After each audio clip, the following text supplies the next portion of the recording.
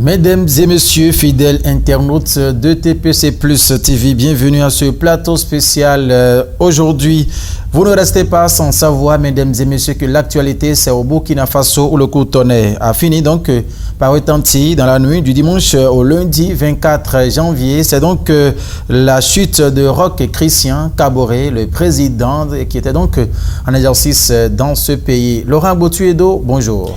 Bonjour à vous Mathieu Midengoye, bonjour aux amis internautes de TPC Plus TV. Vous avez suivi avec nous l'actualité au Burkina Faso. Selon vous, est-ce que c'était prévisible ce qui se passe de l'autre côté? Bon, Mathieu Midengoye, la situation actuelle au Burkina Faso ne me surprend pas parce que quand je fais un recul en arrière d'il y a 2 ans, au vu de ce que vivait Burkina Faso, la crise sécuritaire, viennent s'ajouter les derniers développements parlant de la situation qui avait secoué le pays,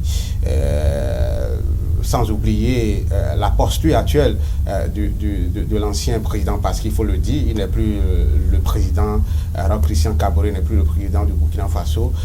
Moi, je m'attendais à ça, parce que quand vous prenez le Burkina Faso se trouve dans un pays, dans une zone sahélo-saharienne, et quand vous prenez cette zone, le Sahel, c'est des populations, c'est l'armée, c'est des armées qui sont en symbiose avec la population, et quand vous êtes un chef de l'État qui n'est pas à l'écoute de votre population, qui n'est pas à l'écoute de l'armée, il faut s'attendre à ce qu'il y ait ce genre de choses, et cela ne me surprend pas.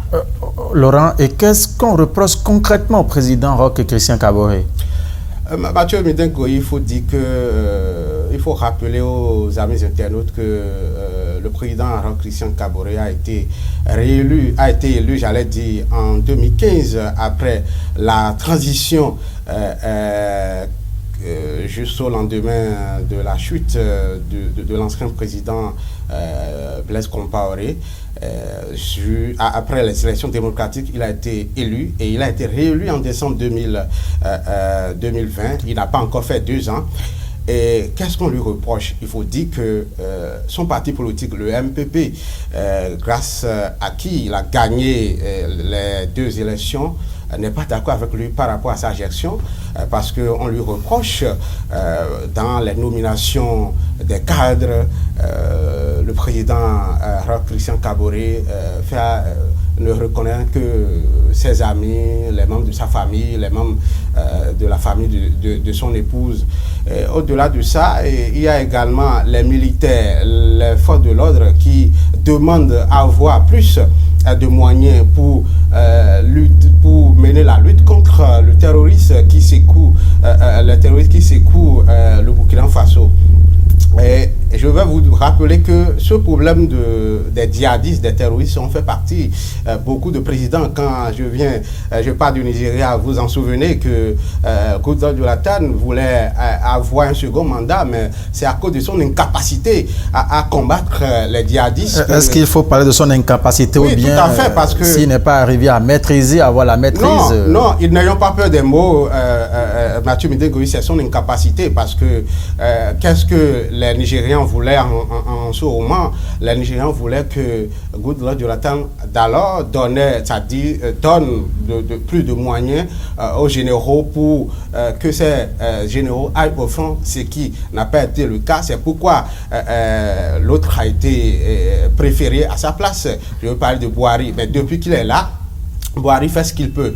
Il faut rappeler que c'est le même problème, l'incapacité de IBK, Ibrahim Boubacar Keïta du Mali, qui est décédé tout récemment. Oui, c'est le même problème qui l'a fait partir. C'est pour vous dire que le problème des djihadistes dans le Sahel, dans cette zone, fait partie beaucoup de présidents de la République.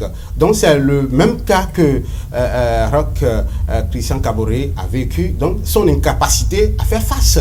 Beaucoup des Burkinabés meurent à cause des djihadistes, et ce n'est pas du goût des Burkinabés.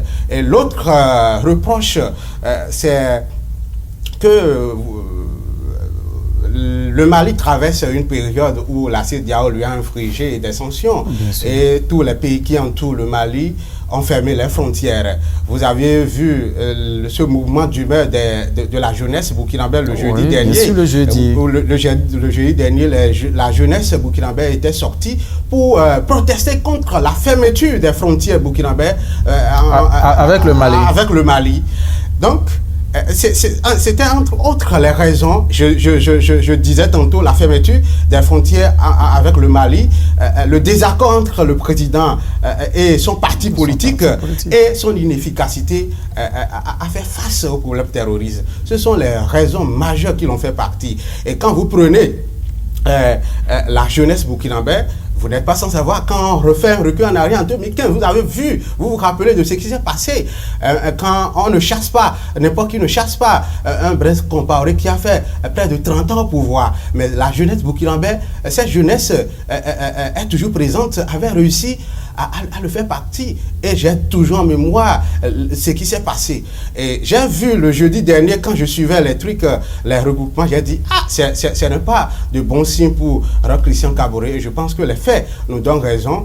Et je pense que le chef de l'État, lui qui a eu la chance d'être nommé ministre, parce qu'il a été plusieurs fois ministre pendant le règne sous Blaise Compaoré.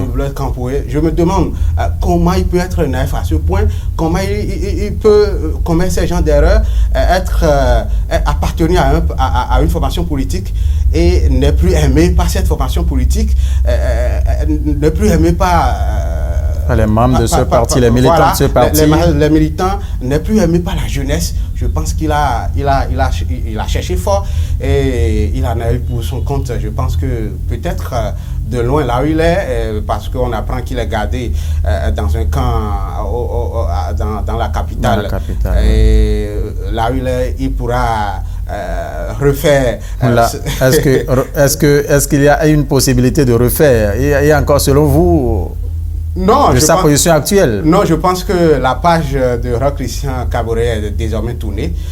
Elle est en train d'être tournée. Non, c'est tourné. Il faut être péremptoire sur cette question. Vous avez dit dans vos propos liminaires que quand il y a un président qui n'est pas... Quand il n'y a pas une odeur de sainteté entre un président et l'armée, on ne peut qu'assister à ce qui se passe. Vous dites que c'est ce qui a été le cas au Burkina Faso? Oui, tout à fait, parce que quand vous prenez... D'abord, quand on prend les armées dans nos pays respectifs, nos armées n'appartiennent pas à un président, fait-il l'homme fort du moment. Non, l'armée appartient d'abord au peuple. Et quand vous prenez les armées en Afrique, en l'occurrence celle du Burkina Faso, du Mali, c'est des gens, l'armée est en contact permanent, est à l'écoute du peuple. Du jeudi, je ne sais pas s'il y a eu des choses qui se tramaient avant ce jeudi-là, mais du jeudi au lundi, vous avez vu ce qui s'est passé. L'armée a eu la possibilité de tirer sur la population, mais elle n'a pas fait. Je vous rappelle que le dimanche, il y a eu le ministre de la Défense qui était venu sur les écrans pour raconter ce qu'il voulait, parce qu'il ne voulait pas dire la réalité de ce qui se passait. Mais il était dans les secrets. Il était en droit d'aller rassurer le peuple burkinabé de ce qui... Mathieu Goï, vous nous avez appris dans nos formations que derrière une vérité officielle se cachent des choses. Ça, il faut être dans le secret des dieux pour dire que ce que le ministre de la Défense burkinabé a eu à dire, aujourd'hui, à voir ce qui se passe aujourd'hui.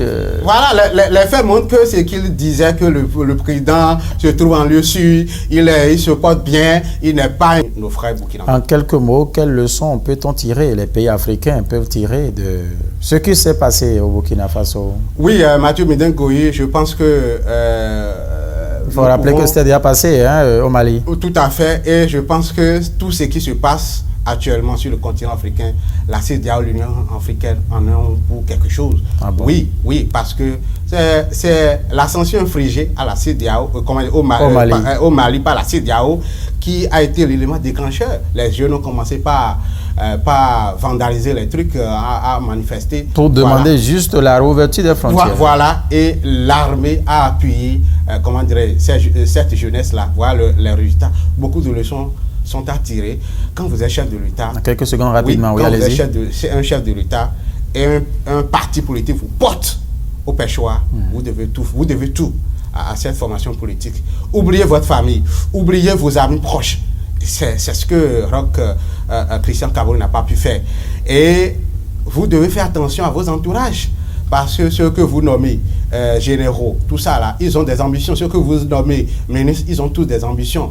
Et à moindre occasion, ils vont surfer sur ça pour vous faire le coup. Et je pense que les autres chefs d'État doivent tirer beaucoup de leçons dedans en matière de minerai. Merci à vous, Laurent Gbotouyedo. C'est moi. Mesdames et messieurs, ainsi se referme ce plateau spécial qui donc opine sur la situation au Burkina Faso. Mesdames et messieurs, merci de nous avoir suivis avec la réalisation Laurent, Roland Boyanho, Félicien Bonon. Vous avez donc suivi ce plateau spécial. Mesdames et messieurs, tenez-vous tranquilles. Le meilleur reste encore à venir puisque nous sommes là. Et c'est pour vous servir ici et ailleurs. Au revoir.